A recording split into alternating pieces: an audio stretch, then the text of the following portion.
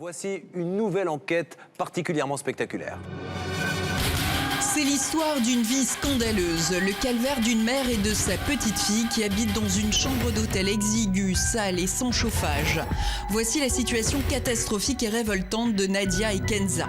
Elles essayent pourtant de se battre, mais quand elles se plaignent, le patron de l'hôtel est sans pitié. Je lui demande pourquoi tu ne mets pas de chauffage. Il me dit t'as qu'à faire comme tous les locataires, boire des demi au comptoir et une fois que tu rentres chez toi, tu dors et tu ressens pas si t'as froid ou t'as pas froid. Face à cette réponse, comment peut réagir Nadia?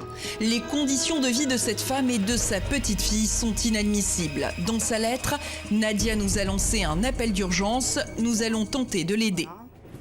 Donc regardez, les fils, là-bas. 2 jours après avoir reçu son courrier, nous sommes allés découvrir son lieu de vie déplorable.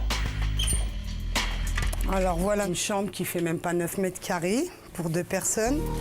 Voici la pièce dans laquelle vivent une maman et sa petite fille. Nadia et Kenza sont angoissées de dormir dans cet établissement miteux. Premier constat, il fait très froid, la chambre n'est pas chauffée. Durant l'hiver, la température était glaciale. L'hiver, c'est un désastre, il n'y a pas d'eau chaude, on ne peut pas se doucher tous les jours, on se fait qu'une toilette à l'eau froide. On peut pas, on est levé matin, je vous dis, on est gonflé, c'est phénoménal. Tellement qu'on est gelé, on mange avec des doudounes. À ce jour, on est au mois de mai, on est frigorifié. Hier soir, il faisait très froid. Avant-hier soir, ça a été phénoménal. Nadia loge chez ce que l'on appelle un marchand de sommeil. Le 18 janvier 2002, nous avions diffusé dans l'émission Les 7 péchés capitaux une enquête sur ce business très particulier. Ces marchands de sommeil exploitent la précarité et la pauvreté de ces personnes, une nouvelle forme d'esclavagisme. En France, 90 000 individus en difficulté se réfugient dans les 17 000 chambres d'hôtel de ce type. Pour échapper à la rue, cette population démunie n'a pas d'autre choix. Cela fait le bonheur de ces établissements. Ces hôtels miteux savent en effet que même avec des rats, leurs chambres sont louées parce qu'elles sont recherchées. Pour Nadia, c'est devenu une habitude de vivre avec des rats. Voilà, ça rentre par là ou ça sort par là et ça repart en dessous la porte. Donc ça vient du grenier qui est juste en face. Dans sa chambre, le plafond menace de s'écrouler, les aliments sont stockés sur le rebord de la fenêtre car il n'y a pas de réfrigérateur. Nadia et Kenza vivent juste avec une seule et unique ampoule. Les prises sont dangereuses et l'électricité réduite au minimum. Toujours branché ce radiateur depuis que je suis dans cet hôtel. Depuis octobre 2004, je ne peux plus le brancher parce que ça saute. Cafetière électrique de même, fer à repasser pareil. Je ne peux plus rien brancher parce que ni sèche-cheveux. La douche ne fonctionne pas non plus. Des trous sous la douche, sur laquelle ça goutte. Regardez, ça goutte, j'ai pris ma douche ce matin. Là-haut, il y a un trou aussi. La dalle, elle s'est décollée, elle est tombée. Donc j'étais en dessous, sous la douche. Autre point important, il n'y a pas de toilette dans cette chambre. Nadia et Kenza doivent aller sur le palier. Et même avec peu d'électricité, pas de chauffage, des rats et un plafond qui tombe, le propriétaire de l'hôtel n'a aucun scrupule à appliquer des tarifs prohibitifs. C'est tout bénef pour lui. Il loue une chambre de 9 mètres carrés pour 2 personnes à 450 €. C'est inadmissible. Actuellement, un F4, il est à 450 € en HLM. 450 € pour un mois, soit près de 3 000 francs cette chambre insalubre. Et le pire, c'est qu'il y a quelques mois encore, la facture de Nadia était beaucoup plus élevée. Les repas pris à l'hôtel lui faisaient quasiment doubler son loyer. Nadia a donc arrêté ses frais supplémentaires. Le problème, c'est que ça déplairait au patron. Selon elle, c'est à cause de ce manque à gagner qui lui aurait coupé le chauffage et réduit l'électricité. Il nous demande de consommer obligatoirement. Il nous le fait comprendre, il nous met la pression, il faut le voir. Il y a des fois où on attend qu'il ferme pour rentrer. Ça m'est arrivé plusieurs fois de sortir quand il n'est pas là. Vous avez peur de lui? Ouais, carrément. Nadia a peur pour elle et sa fille, et pour cause. Une employée de l'hôtel l'aurait menacée. Elle m'a dit, de toute façon, je t'ai pas attrapé ici, mais je vais t'attraper toi et ta fille à l'école et je vais vous tuer toutes les deux. Suite à ces menaces de mort, Nadia a porté plainte. L'insécurité et l'insalubrité de cet hôtel ne sont pas les seuls problèmes. En effet, comment peut-on laisser vivre cette mère de famille dans une pièce de 9 mètres carrés ?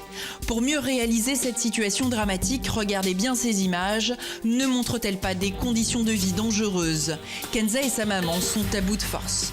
Moralement, c'est très dur.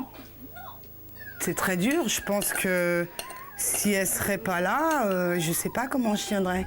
Nadia voudrait quitter cette chambre, mais c'est son seul refuge. Quand le père de Kenza est parti en 2001, il lui fallait trouver d'urgence un toit et c'est ici qu'elle a atterri. Cette chambre devait être un logement temporaire, mais la situation dure depuis 4 ans.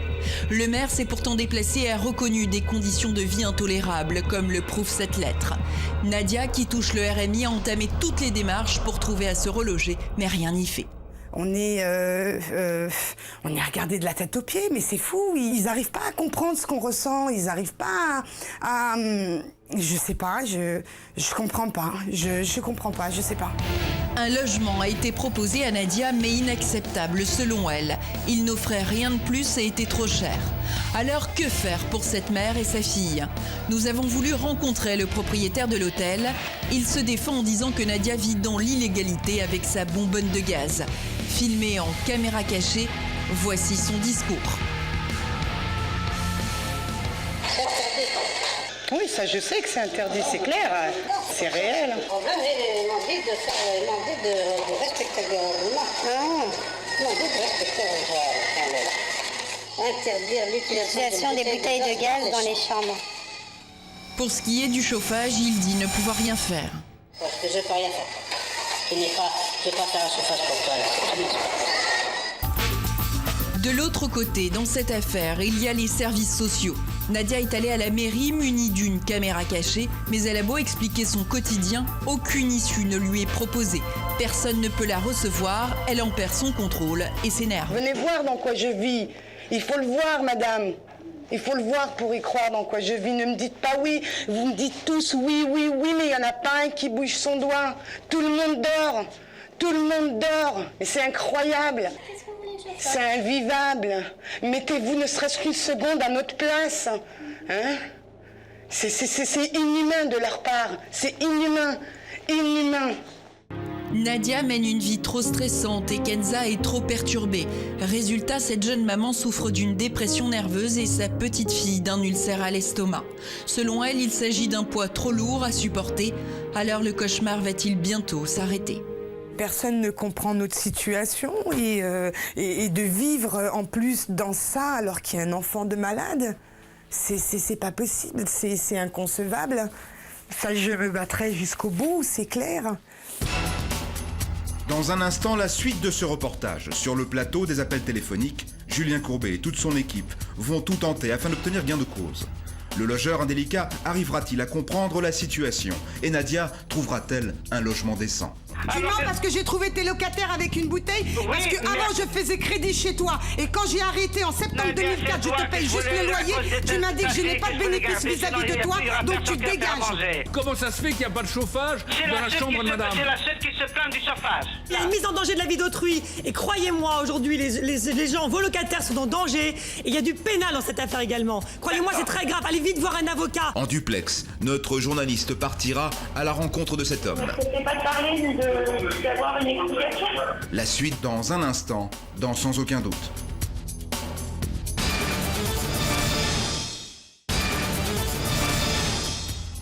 Il y a quelques minutes, dans Sans aucun doute, nous vous racontions l'histoire de Nadia et de sa fille Kenza.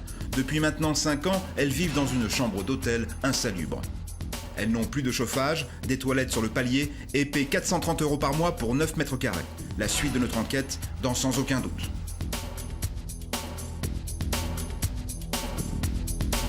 Nous sommes sur notre plateau réservé aux coups de téléphone. C'est ici et maintenant que nous allons tâcher de trouver une solution au problème de Nadia.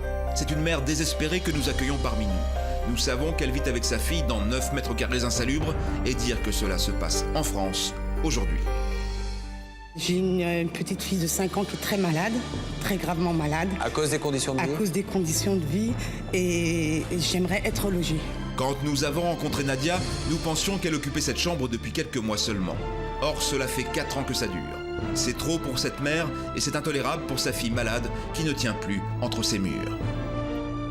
Elle se lève le matin, elle a qu'une hâte. Maman, on fait quoi? On va où? On va où? On sort. On va où? On reste pas là. Nadia pourrait compter sur les services sociaux, mais là aussi, c'est un mur. On écoute, mais on ne se déplace pas. On prend note, mais on n'agit pas. Les secrétaires de la mairie qui vous regardent de la tête aux pieds en vous disant mais de toute façon, si le directeur vous a pas contacté, c'est que votre dossier il est toujours tel que. Et pourtant, Nadia n'est pas ce qu'on appelle une assistée. Elle était récemment encore serveuse dans la restauration.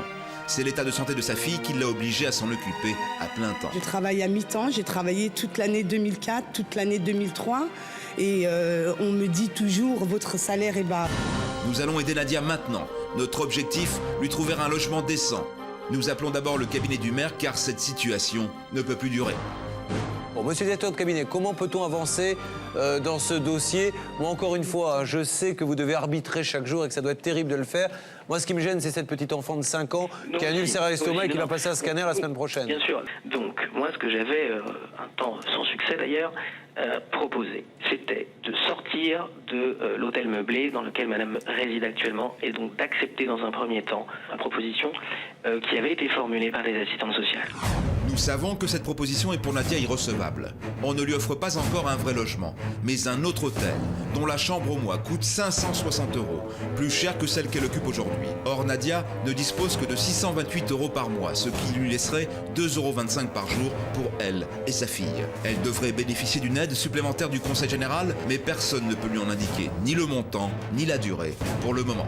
Maître Michel. Son angoisse, je l'ai bien compris, c'est de ne pas pouvoir payer ce nouveau loyer et de se retrouver dehors. Parce qu'on est quand même, monsieur le directeur, dans une situation extraordinaire où plus les personnes sont en difficulté, sont noyées, plus ce système est complexe pour eux. Je veux dire, c'est quand même extraordinaire. Vous n'y êtes pour rien, c'est la loi, mais vous êtes le directeur de cabinet du maire.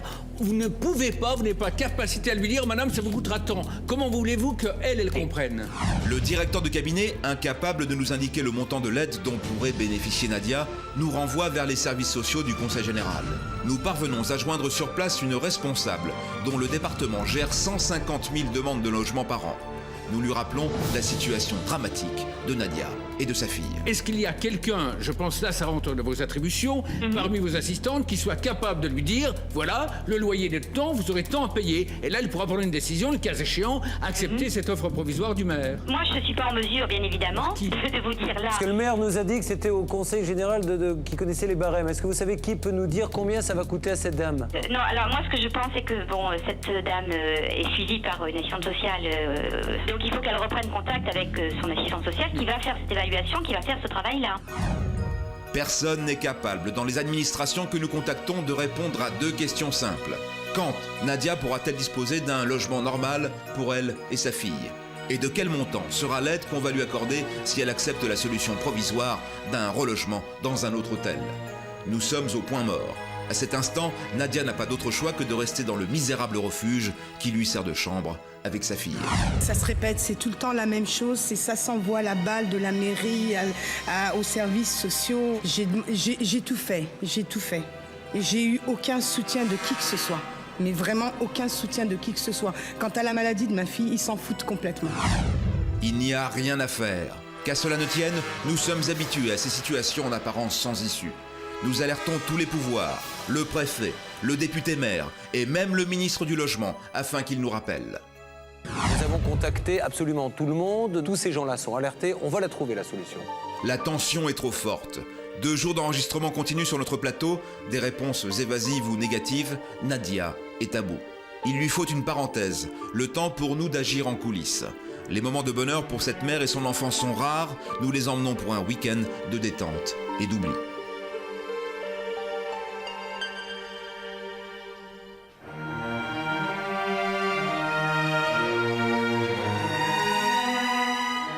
Passer un week-end dans un parc d'attractions, c'est énorme pour nous.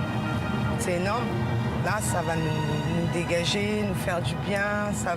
On va pouvoir respirer sans se faire regarder de la tête aux pieds, sans qu'on nous reproche quoi que ce soit. Dormir dans une vraie chambre avec un grand lit, avec une salle de bain et comble d'un luxe oublié depuis longtemps, une baignoire. Oh là là, regarde la grande baignoire. Regarde Mimi, T'as vu? Ah oui, je suis contente. Garde le grand lit pour toutes les deux. Vas-y, monte. Ça va être une nuit, on va dire... Allez, de rêve. Ça va être une nuit de rêve avec ma fille, ouais. There is a place that has a face and he was walking out the door.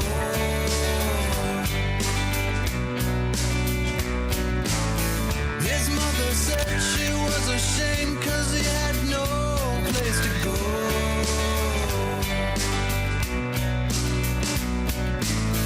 He was afraid and I was fine, he wanted peace of mind.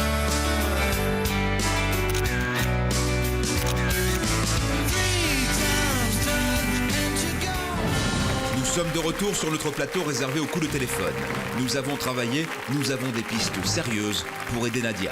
En attendant, elle nous parle de son week-end avec sa fille. Elle a vu la différence, elle a vu le lit qui était énorme. Donc elle sautait dessus à peine arrivée. Elle a vu la salle de bain, une baignoire énorme. Elle en a profité pendant les 2 jours, c'est clair. En fait, elle n'a pas fait une seule attraction, elle a pris des bains et sauté sur le lit. Mais il y a toujours cette chambre, cette réalité quotidienne que Nadia a retrouvée et qu'elle veut fuir à jamais. À ce stade de notre enquête, nous décidons d'envoyer notre journaliste sur le terrain, plus précisément chez l'hôtelier qui héberge notre mère de famille depuis si longtemps. Nous voulons l'entendre à propos des conditions de logement dans son établissement et des brimades dont Nadia serait victime. Donc je suis à quelques mètres, donc le temps de m'y rendre. Bonjour monsieur, je viens vous voir parce qu'on a reçu en fait des plaintes de gens qui logent dans votre hôtel. Vous voulez pas être filmé? Dans ces cas-là, à nous, que vous baissez la caméra, ce n'est pas un souci. Est-ce que ce monsieur accepte au moins de nous parler? Mais vous n'acceptez pas de parler ni d'avoir une explication? L'homme se réfugie dans l'arrière-cuisine, nous voulons simplement lui parler. Nous patientons le temps d'accorder un délai de réflexion à notre hôtelier. Quelques minutes plus tard, une communication peut enfin s'établir. Je n'ai rien à voir là-dedans. Ça fait 17 ans que j'ai mes locataires. Tout le monde est là. Tout le monde Monsieur, je comprends tout à fait. Le problème que j'ai, c'est elle. Maintenant, si elle ne veut pas habiter chez moi, qu'elle aille ailleurs. La seule question que je vous pose, monsieur, c'est y a-t-il, vous savez que c'est obligatoire, y a-t-il du chauffage simplement dans les chambres, monsieur? Il y a du chauffage régulièrement tous les étés. Tous les étés? L'hiver? L'été, c'est la douche. L'hiver, c'est normal comme tout le monde. Jusqu'au 15 octobre, je supprime le chauffage comme tout le monde. C'est réglementaire dans tous les hôtels.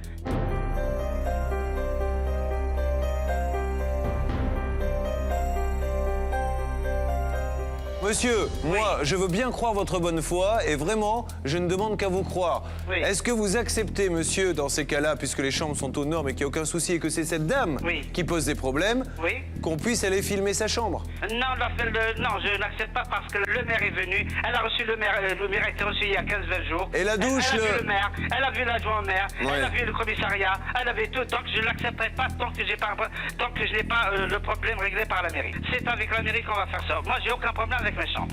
Mais la chambre, elle est à combien par mois? La chambre, elle est à 430 € par mois. 430 € par mois? Avec douche. Avec une douche? Avec une douche, absolument. Une douche qui ne fuit pas, où il n'y a pas de trou. Une douche qui ne fuit pas, on est d'accord? Monsieur, écoutez, bon, ça c'est un détail, excusez-moi. Admettons qu'il ne s'agisse que d'un détail. L'hôtelier nous dit que les services municipaux sont informés de la situation dans son hôtel, qu'il n'a rien à se reprocher, qu'il est même prêt à proposer une autre chambre à Nadia qui jusque-là écoutait calmement. Pourquoi tu m'as coupé le chauffage en novembre 2004? Explique-moi. Avant, j'ai toujours branché le chauffage électrique puisque le chauffage, le radiateur ne fonctionne pas dans la chambre. Il ne faut pas mentir. Ça sert à rien, tu es la seule locataire qui porte préjudice. Tu veux partir, tu t'en vas. Tu veux rester, tu te restes. Maintenant, il y a des lois et c'est tout. Vos locataires sont obligés de mettre des chauffages électriques, tous des systèmes pour faire chauffer leur cuisine chez eux sur des réchauds à gaz et qu'il y a un risque d'incendie. Et il y en a plusieurs à Paris, monsieur. Vous êtes responsable en cas d'incendie. C'est vous qui iriez en prison, monsieur. Vous ne pouvez pas laisser les choses comme ça. À cause d'elle, j'ai accepté qu'on fasse à manger parce qu'elle a sa fille. Tu mens.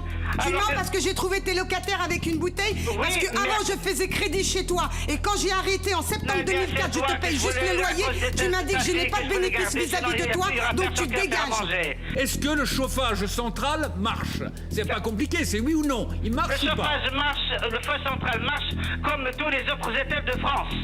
Alors comment ça se fait qu'il n'y a pas de chauffage C'est dans la seule chambre qui de se- madame? C'est la seule qui se plaint du chauffage. Et je vais vous faire une attestation par tous mes locataires.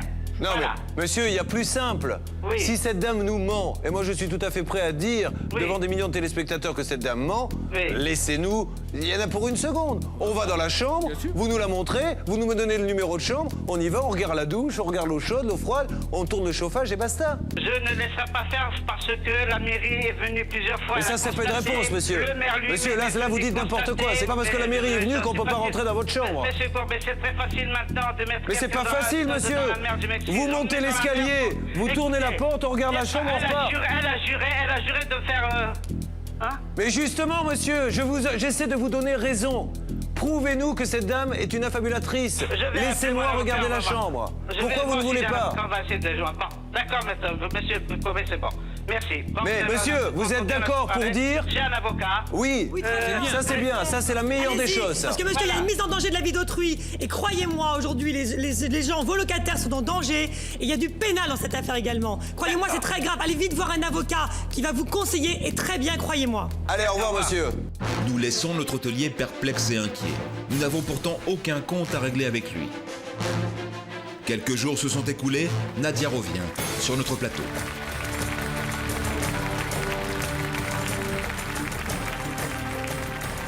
Nadia, merci une nouvelle fois de venir sur le plateau de Sans Aucun moi Doute. qui vous Anouk remercie. Julien, notre journaliste qui s'occupe de ce dossier, nous a rejoint également. Toujours pas de nouveau en ce qui vous concerne. Non. Qu'est-ce qui vous suffirait? Moi, j'ai demandé un studio, qu'on ait une cuisine, qu'on ait une salle de bain en conforme. Un studio, ça nous suffirait. On ne demande pas. Mais de combien de mètres carrés?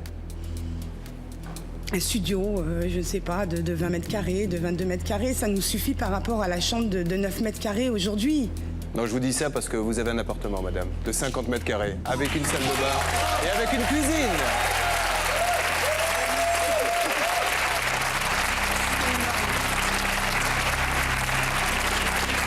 Vous pouvez dire merci à Anouk, qui s'est battue comme une lionne pour obtenir ça. Mais si tout va bien, et Anouk va vous en dire plus, dans quelques jours, peut-être semaines, hein, si vous êtes un tout petit peu patiente, il y aura un appartement de 50 mètres carrés environ, avec une vraie cuisine, avec une vraie salle de bain, avec un vrai chauffage, des vraies fenêtres, tout est vrai. Voilà. Non, en tout cas, je vous remercie beaucoup. Je remercie beaucoup Anouk pour toute sa patience et toute l'équipe. Alors, bien sûr. Anouk, il y a plein de gens, hein, tous ceux qui ont participé à ce dossier, il faut les remercier du fond du cœur. Que pouvez-vous dire précisément à cette dame? Alors nous devons absolument remercier le ministère délégué à l'intégration, à l'égalité des chances et à la lutte contre l'exclusion, et plus précisément Madame Nelly Olin qui s'est vraiment démenée en très peu de temps pour lui trouver un logement. Donc nous avons reçu effectivement ce fax qui confirme que vous aurez bien votre appartement, et c'est l'histoire de quelques jours.